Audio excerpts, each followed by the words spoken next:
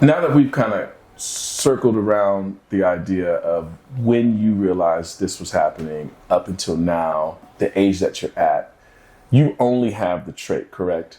That is correct. So you haven't really experienced certain episodes, issues, lifestyle-wise, health-wise, that are as egregious as somebody with the disease. Would you say that? Yeah, I would say that. But it's interesting that you bring that up because growing up, I had various issues and situations, illnesses and whatnot, things that would happen or things I'd feel a certain way, but Sure. didn't really know because I couldn't connect it because I didn't have any background or information to say, oh, that's probably because you got the trait. But since, I've learned so much Sure.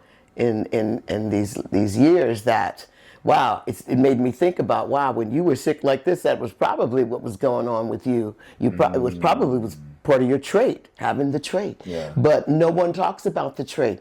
No one did then, but now trait is big. Sure. Because they recognize that they're having symptoms, not like people with the disease, not at all. Yeah. But there are cases and situations whereby you will have some effects. I mean, especially in my position with having the trait, there is a certain type of feeling that I think I don't necessarily relate to with somebody that does have the disease or somebody with the trait that's probably gone through these moments in their lifetime of feeling this way. So to me, just like anybody else as an outsider really looking into this process, there could be a lot of misconceptions, correct? Absolutely. What would you say is the most common misconception for people with the disease? The most common misconception is that only black people have it. Yeah. That's the first one, True. the big one. That it's a contagious blood-borne disease. Yeah. That's a misconception. Definitely. And the pain, I would say, that's a misconception. That's heavy. I think if I were to interject in this process, bringing up the racial connotation around this is definitely important, but I feel like to the 18th, it's the pain. Absolutely. Not enough people really understand the type of pain that these people are truly dealing with. Yeah. I mean, the pain you is know real. the difference between situations in your lifetime where you've been sick and you just felt lethargic, you couldn't really do much, and you just wanted to sleep. And then there were the migraine headaches that you get where it just angers you that you have this pounding situation in your head. And as emotional as you can get in this process, you can feel the frustration because a portion of your body is really being hampered because of the migraine. I'm not saying that those two things are related, but if you're talking about the analogy within that, right? Somebody dealing with sickle cell and having a crisis, I mean, there's a lot of things firing off in your body right now that you can't control, right? Yeah. So a lot of people that are looking at you thinking that you can make it through this situation don't really understand how painstaking this really is for them just to be sitting trying to get help. Right. Absolutely. And I think that the medical professionals perceive that when they see that your behavior doesn't exhibit the, oh my God, like you're not falling down, like that. They don't feel that, they don't believe that the pain is real.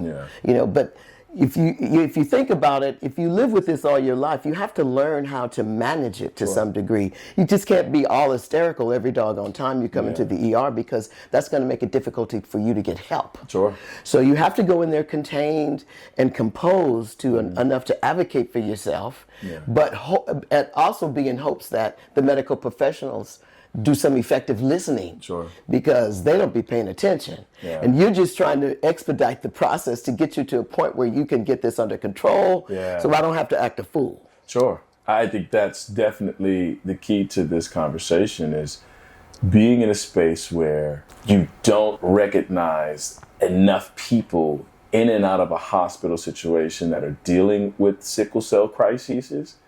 And the fact that medical professionals don't have a true understanding of how the magnitude of this pain, it makes it so much harder for those two to communicate properly, for somebody to feel as though they can get some comfort spiritually, right? Right. As they're going through this pain. Because if I'm in a situation where I'm dealing with that kind of pain, I need somebody to make me feel as comfortable as possible so that I can continue to fight through this while we're trying to get myself to where I need to go in order for my first leg of treatment. Right. Yeah. Yeah. Have you dealt with Absolutely. anybody in that space that you realize this is really tough for them? Oh yeah, all the clients that call me, are struggling because they know what they need, Sure.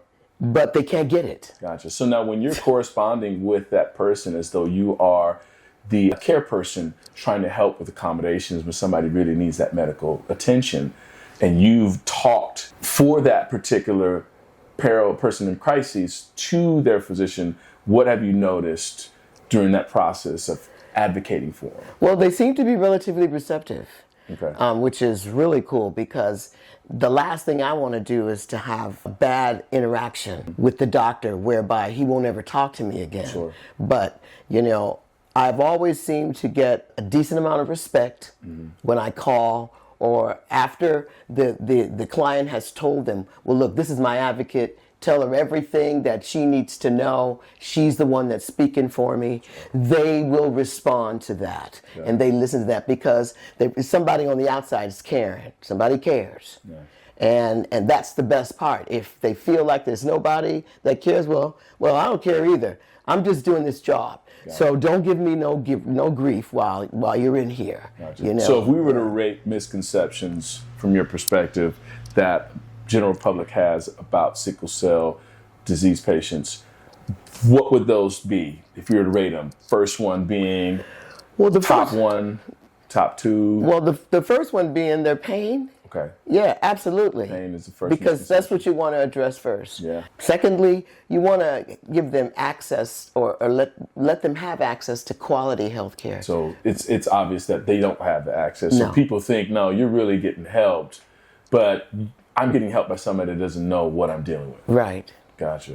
Okay. And then the third, would there be a third most relevant? Just know that Black people ain't the only people that got this. Yeah. Or can have this. Sure. I mean, shoot. I mean, for those that are watching this conversation, I mean, you and we've witnessed several different interns along the ages of 16 to 20 years old that are mixed cultured. Absolutely. And actually not mixed culture, but strictly European descent. And they've got these traits. All of that. Yes. Yeah. Yes. So. Pause.